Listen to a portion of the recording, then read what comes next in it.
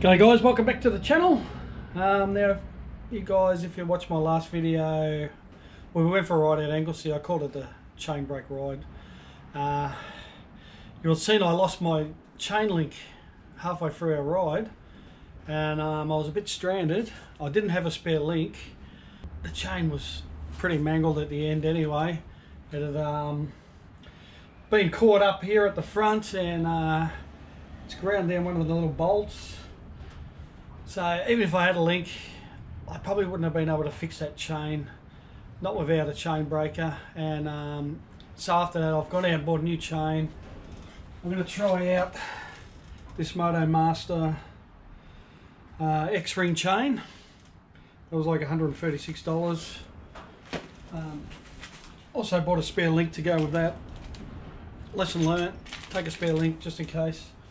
Now if I had this tool here, which is a chain breaker tool, I probably would have been able to save that chain, take a couple of links out, just the chain up, and get it back together somehow. Even if I had to use the pin that I pushed out, I could have just knocked that pin over again. Would have kept me going. So I've got a chain breaker now. It's one made by bloody Motion Pro. Had a little go at this the other day. It really works well. So I'll push the link out of the chain, no worries. Good little unit, works no worries. I'm going to be needing that to put this new chain on. No more mucking around with grinders and putting the chain in the vise and knocking the pin out. 2-minute job with that one.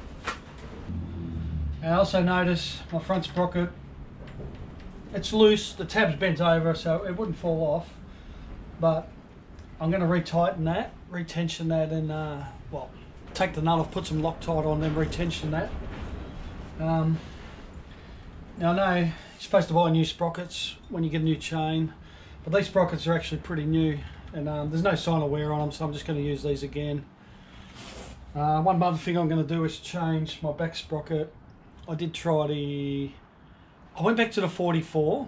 I've got a 15.2 front, 44 back at the moment, and it's really good out in the bush and that, but on the highway it's a little bit revvy, so I'm going to go back to the 42 sprocket when I put the chain on, because I want to make sure that chain fits that sprocket.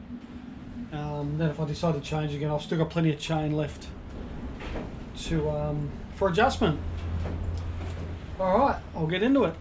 Oh yeah, one other thing guys I reckon I'm going to invest in is one of the B&B case savers. I think they're about $70 odd or something, but I think that would be a really good investment, because I'm really lucky I haven't broken any case or anything here. I can see a lot of where the bolts sit, up the top and the bottom. Alright, I'm going to get this off, and I've already bent the tab off, so I'm just going to undo that. I've got to check out what the torque setting is for this, do it properly.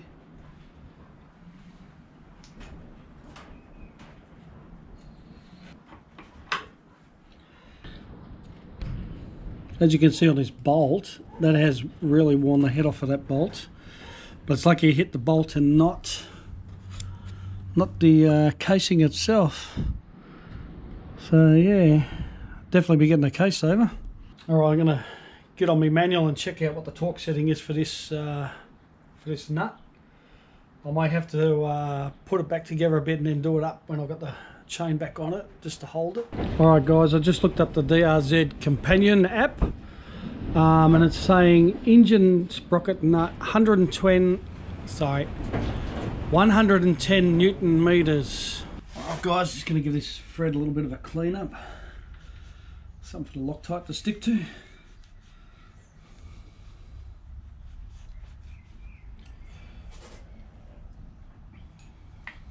Give the nut a bit of a clean.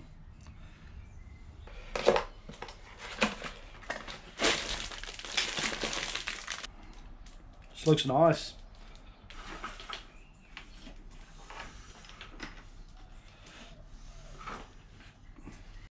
So as you can see, when you buy a new chain, you generally need to shorten it a little bit. So you're going to do with this chain breaker, just sit her over, undo that pin first. What you do is sit your main bolt over. Let's do up the pin.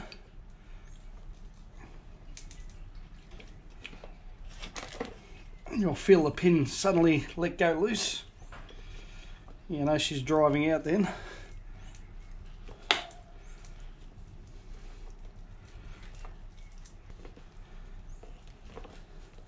There she goes. I just felt her pop out the back end.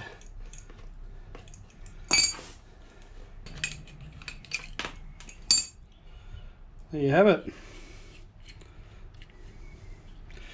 Fantastic tool by Motion Pro. I'll probably keep some of this as spares in my bag. Never know your bad luck.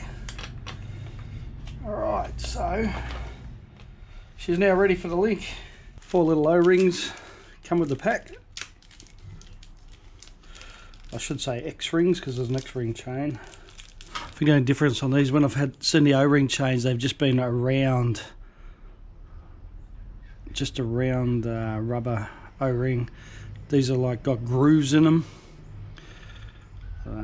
Guess it holds the shit in better. You get a little pack of chain grease. It says please spread grease on pin and O-rings. Don't eat it. Nice.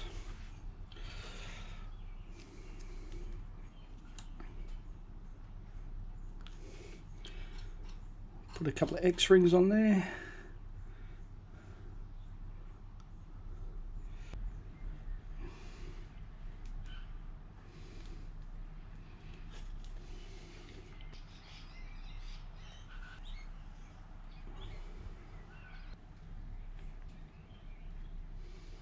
You can buy proper pliers to squeeze this pin in, which does make it a lot easier. I'm just using my little multi pliers. You can squeeze that link into there to expose the grooves. I'll just go a little bit more on that, make sure it's in there.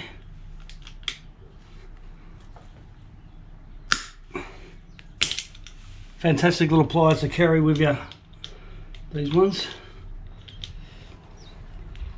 I could just about pull half a motorbike apart with these multi-grips, vice grips. Okay, so the most important part, make sure you put this on the right direction. Chain spinning that way, so solid end faces that way.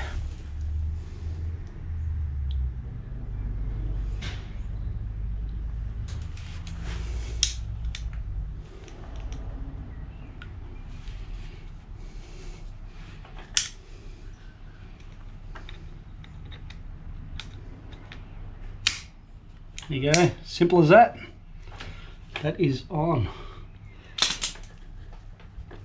Alright, now what I'll do is get the bike on the ground. I'll tension up that back wheel a little bit and then I'll do that front nut. Alright guys, torque wrench set to 110 Newton meters. You're going to need a 30mm socket to do this nut up. I'm going to put a bit of Loctite on.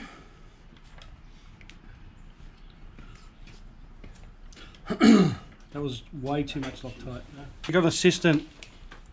Get someone to put their foot on the brake, and that'll stop it